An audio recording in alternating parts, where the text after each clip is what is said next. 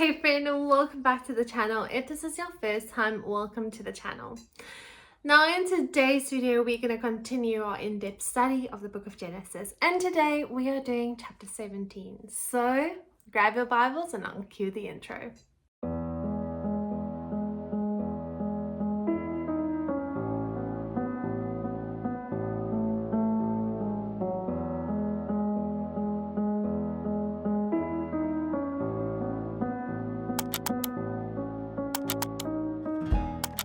So in the previous episode, or the previous chapter, chapter 16, we learned and read about the story of Sarai and Hagar.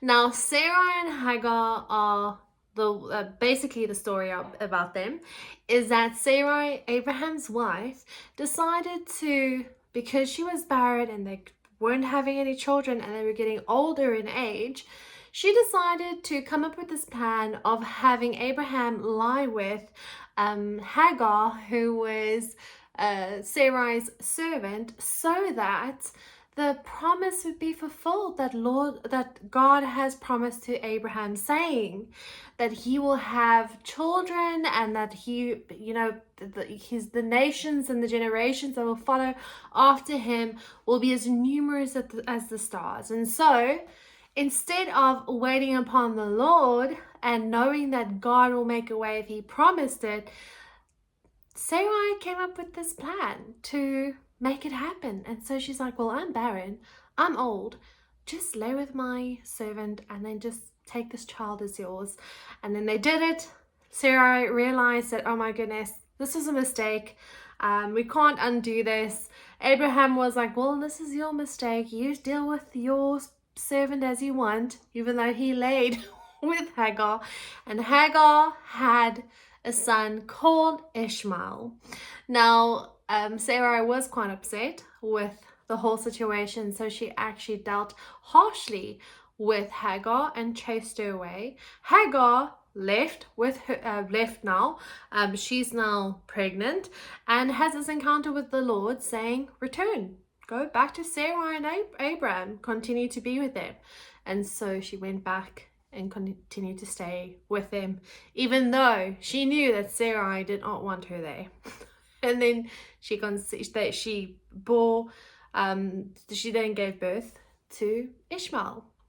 So today we're going to carry on reading from chapter 17. And this is now the covenant of circumcision that God made with Abraham and the generations to follow. When Abraham was 99 years old, the Lord appeared to Abraham and said to him, I am God Almighty. Walk before me and be blameless, that I may make my covenant between me and you and may multiply you greatly. Then Abraham fell on his face, and God said to him, Behold, my covenant is with you, and you shall be the father of a multitude of nations. No longer shall your name be called Abram, but your name shall be Abraham, for I have made you the father of a multitude of nations. I will make you exceedingly fruitful, and I will make you into nations, and kings shall come from you. And I will establish my covenant between me and you and your offspring after you throughout their generations, for an everlasting covenant, to be God to you and to your offspring after you. And I will give to you and to your offspring after you the land of your sojournings, all the land of Canaan, for an everlasting possession, and I will be their God. And God said to Abraham, As for you, you shall keep my covenant, you and your offspring after you throughout their generations. This is my covenant which you shall keep between me and you and your offspring after you. Every male among you shall be circumcised. You shall be circumcised in the flesh of your foreskins, and it shall be a sign of the covenant between me and you. He who is 8 days old among you shall be circumcised. Every male throughout your generations, whether born in your house or bought with your money from any foreigner who is not of your offspring, both he who is born in your house and he who is bought with your money shall surely be circumcised. so shall my covenant be in your flesh, an everlasting covenant. Any uncircumcised male who is not circumcised in the flesh of his foreskin shall be cut off from his people. He has broken my covenant. And God said to Abraham, As for Sarai your wife, you shall not call her Sarai, but Sarah shall be her name. I will bless her, and moreover I will give you a son by her. I will bless her, and she shall become nations. Kings of peoples shall come from her. Then Abraham fell on his face and laughed and said to himself, Shall a child be born to a man who is 100 years old? Shall Sarah, who is 90 years old, bear a child? And Abraham said to God, Oh, that Ishmael might live before you. God said, No, but Sarah your wife shall bear you a son, and you shall call his name Isaac. I will establish my covenant with him as an everlasting covenant for his offspring after him. As for Ishmael, I have heard you. Behold, I have blessed him and will make him fruitful and multiply him greatly. He shall father 12 princes, and I will make him into a great nation. But I will establish my covenant with Isaac, whom Sarah shall bear to you at this time next year. When he had finished talking with him, God went up from Abraham. Then Abraham took Ishmael his son, and all those born in his house, all bought with his money, every male among the men of Abraham's house, and he circumcised the flesh of their foreskins that very day, as God has said to him. Abraham was 99 years old when he was circumcised in the flesh of his foreskin. And Ishmael his son was 13 years old when he was circumcised in the flesh of his foreskin. That very day Abraham and his son Ishmael were circumcised, and all the men of his house, those born in the house and those bought with money from a foreigner, were circumcised with him. So in this chapter, we learn the importance and the covenant that God made with Abraham to circumcise himself as well as everyone in his house, people that's his family, his servants, and which means including those that he has bought with his own money.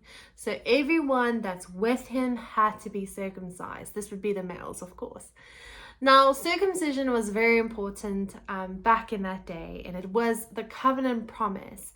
And Jews today and some other cultures and religions still believe in circumcision. Now, circumcision is a choice that you would decide to make. Usually the law tells us or how you would need to be circumcised as if you're having a son, is that you would circumcise him when he is 8 days old. Now, what we read now in chapter 17 was where Abraham was 99 years old when he got circumcised, and his son Ishmael was 13 years old because God spoke at that time, that very day he circumcised everyone. Now, the Bible tells us that when they're 8 days old, you can circumcise your baby son. But this is all part of the old covenant. We know that Jesus brought us the new covenant where circumcision is no longer required. Now, I know that, I'm a woman, but I know that there's a health aspect to circumcision as well. And so some people might choose to circumcise their children or themselves purely for that aspect too, and not only for religious reasons. Although most of them, as I've heard, would circumcise due to religious reasons or for religious reasons. But to clarify, that's part of the old covenant. As we continue reading and we get into the New Testament, we get the new covenant that Jesus brought us. And that new covenant says that it is no longer required for us to be circumcised because our new covenant is Jesus Christ. So here we also read about Abraham and his name, God changing his name from Abram to Abraham. And then we also read how God changed Sarai's name to Sarah. Now, this does have a prophetic meaning to show that they will have nations, that they will have generations to follow after them. This is with regards to the name change that God gave them. And this also helps us to understand the identity that we have with the name. So if you speak things over yourself, the Bible teaches us that the tongue has the power to carry life or death, which means that you can speak things over you negatively or positively. So it's very important to remember this. Don't speak bad things over your children or yourself. The power of the tongue, it carries the power of life or death. Now, here we also then read again about Ishmael and then the promise that God has for Sarai, saying, no, I know Sarai, she tried to think, or she thought that maybe Abraham needs to have a child with Hagar, but no, this promise is for Sarah and Abraham. Sarah she will bear a child. And at this point, I think Sarah was 90 years old when she then had, I think it was 90 years old when she had, we'll double check that, but she was very old when she had Isaac. Now, if you are following this from, or wondering how the difference comes in, because what we're going to be reading is we have Ishmael, which is the son that was conceived by Abraham and Hagar, Hagar being the Egyptian servant of Sarah. And then the actual promise, which was that Abraham and Sarah will have children, or will have a child. Now, Abraham and Sarah had Isaac, where, as mentioned, Abraham and Hagar had Ishmael. Now, God did bless Ishmael and said that he will be blessed, and he will be like a wild donkey, and there will be 12 princes born in his bloodline, and that he will bless his the generations to follow after Ishmael. But God also promised that Isaac will be the fulfillment of the promise. Isaac will carry the bloodline. And so when we look at Jesus did not come, if we look from the blood, so when we look at the bloodline, Jesus did not come through the bloodline of Abraham and Hagar and then Ishmael. No, Jesus was born from the bloodline of Sarah and Abraham, which then had Isaac and continued from there. So Jesus was from that bloodline. Now we have the fulfillment, we have the promise. And the difference when you look at a different religion, for example, Islam, they believe in Ishmael's covenant, and their Quran, or their Bible, or their Quran, they also believe in Abraham. They also know that he existed, and they also know that Isaac was born, but they believe in Ishmael. So their culture, their history, their bloodline, their belief is built on Ishmael's story carried on, whereas we believe in Isaac's story and the prophet and our Messiah being Jesus Christ, who came to save us. Whereas Islam believes that Muhammad was the prophet, which is all fair and well. I don't want to laugh to make a joke of it if it came across that way now, but they believe that Muhammad was a prophet, although Muhammad did not fulfill the scriptures, and Muhammad was very different, and he believed in very different things and wrong things. And the Islamic culture, as we know, or their religion, they believe that you are saved by the works that you do, you are saved by how good of a person you are, but then also having very questionable religious beliefs and things that's allowed and things that's not allowed. Also mentioning that they're allowed to kill anyone who's against the religion, especially when the end days approaches. And so that's why you have so many extremist Islamic things, because that's literally in their Quran, that's literally written in their Bible. So we don't follow the Ishmael carried on, even though we know that God blessed them and God said that he will still bless them, because it has that bloodline still comes from Abraham. But the bloodline, the holy bloodline that's going to ultimately lead us to Jesus, will come from Abraham and Sarah.